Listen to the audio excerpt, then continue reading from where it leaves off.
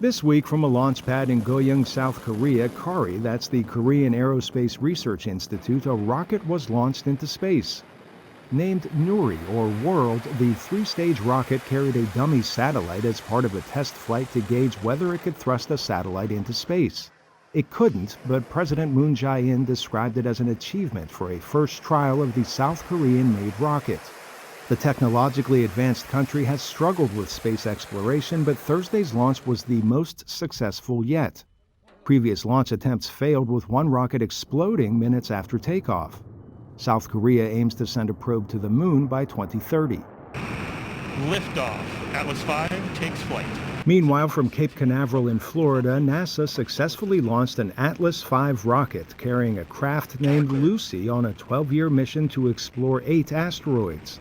7 of them are in a traffic jam of rocks orbiting Jupiter that are believed to be remnants of a planetary formation. Lucy's journey will span more than 6 billion kilometers.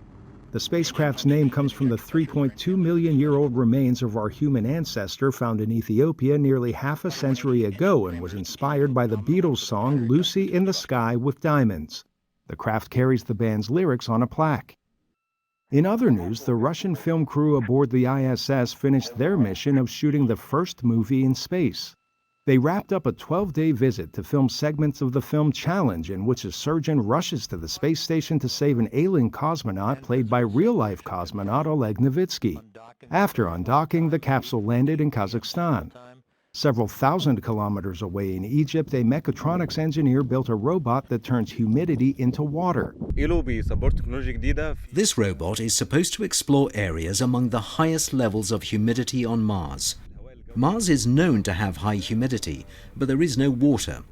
This robot means life, and it is meant to create life on Mars. El-Kumi says the robot took him 9 months to build and cost nearly $250. He says his robot can not only scale up from Mars, but in other areas with little access to water. Finally this week, satellite images from the ISS show plumes of smoke from another California wildfire. The Al-Azal fire began October 11th, and it joins a list of other major fires there this year, putting California on pace to see more burnt acreage than last year, which was the worst fire season on record. Arash, Arabasadi, VOA News.